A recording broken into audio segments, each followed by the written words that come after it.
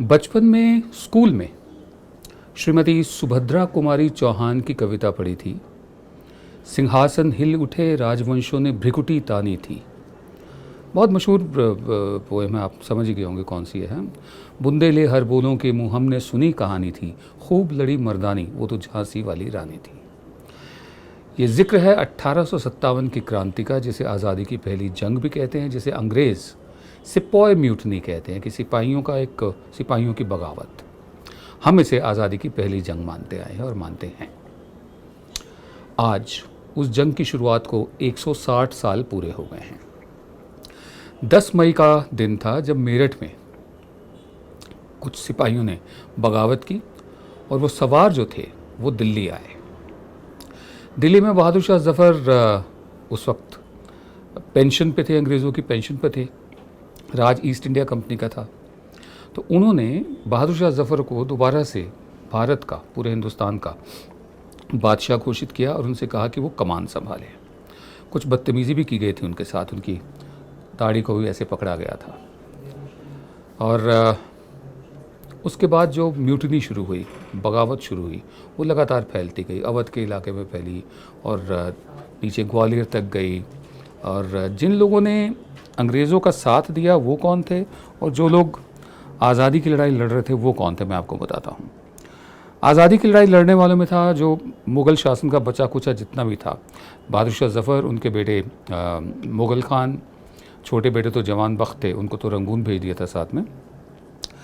ग्वालियर के कुछ हिस्से थे जो साथ में थे बहादुर शाह जफ़र के, और ये क्रांतिकारी कह रहा हूँ, मतलब उन सिपाहियों के जो भारत की आज़ादी चाहते थे, अंग्रेज़ को उखाड़ फेंकना चाहते थे। उसके बाद लक्ष्मीबाई, झांसी की रानी लक्ष्मीबाई की सेना थी। फिर नाना साहब पेशवा, उनकी सेना थी जो ये जंग लड़ रही थी। और बिरजीस कदर, अवध के इलाके में बिरजीस कदर के जो फॉलोअर्स थे वो भी इस जंग में साथ दे रहे थे बहादुर शाह जफ़र का और स्वतंत्रता सेनानियों का, आज़ादी के सिपाहियों का। अच्छा, अवध पूरा साथ में था। और बाबू कुंवर सिंह वो थे इस लड़ाई में शामिल, और दृग नारायण सिंह वो थे इस लड़ाई में शामिल अंग्रेज़ों के ख़िलाफ़। अंग्रेज़ों का साथ किसने दिया? एक तो खैर ब्रिटिश एम्पायर था ही, सल्तनत बरतानिया। उसके अलावा नेपाल ने साथ दिया अंग्रेज़ों का। ईस्ट इंडिया कंपनी तो खैर लड़ी रही थी, उसने भी साथ दिया। फिर जितनी हमारी प्रिंसली स्टेट्स थी, राजे रजवाड़े थे, 21 राजे रजवाड़ों ने अंग्रेज़ों का साथ दिया। आज़ादी की इस जंग में वो अंग्रेज़ों के ख़िलाफ़ नहीं तो उनके साथ थे। वो हैं अजयगढ़, अलवर, भरतपुर, भोपाल, बीजावर, बीकानेर, बूंदी, हैदराबाद, जयपुर, जावरा, जोधपुर, कपूरथला, कश्मीर, केंदुझर, नाभा, पटियाला, रामपुर, रेवा, सिरमौर, सिरोही, उदयपुर, मैसूर और ट्रावनकोर। इन तमाम राजा रजवाड़ों ने, रियासतों ने अंग्रेज़ों का साथ दिया था। बहरहाल ये आपको बताना इसलिए ज़रूरी था क्योंकि आज 160 साल हो गए हैं उस क्रांति को। ये आपको याद दिलाना इसलिए भी ज़रूरी था कि बहादुर शाह जफ़र को उनकी बेगम के साथ और उनके बेटे के साथ और बहू के साथ बर्मा होता था, जो आज म्यांमार कहलाता है, रंगून भेज दिया गया था। और वो काफ़ी उत्साहित भी थे कि समुंदर नहीं देखा था उन्होंने कभी, जब ले जा रहे थे रंगून की तरफ, तो समुंदर भी देख पाएंगे। बहरहाल आखिरी दिन उनके वहीं पर ही बीते थे।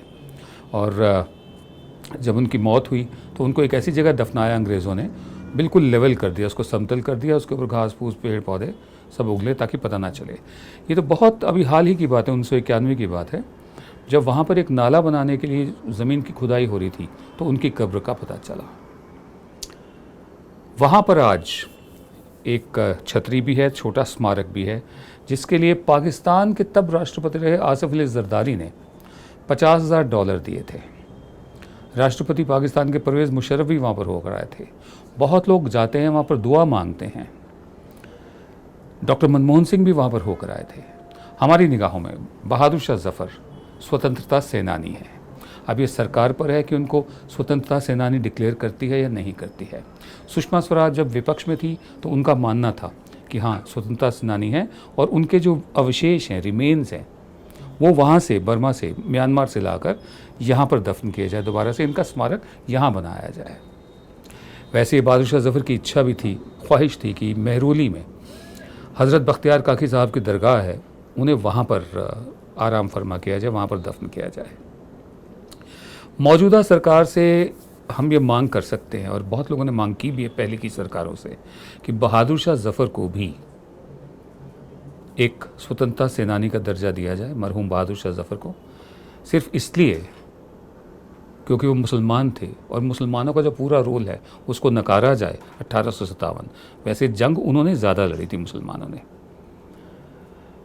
हमारी यही मांग रहेगी कि बहादुर शाह ज़फ़र की जो अवशेष हैं उनको म्यांमार से लाकर बाइज़्ज़त यहाँ पर दफन किया जाए और उनका स्मारक बनाया जाए, ताकि बहादुर शाह ज़फ़र का वो शेर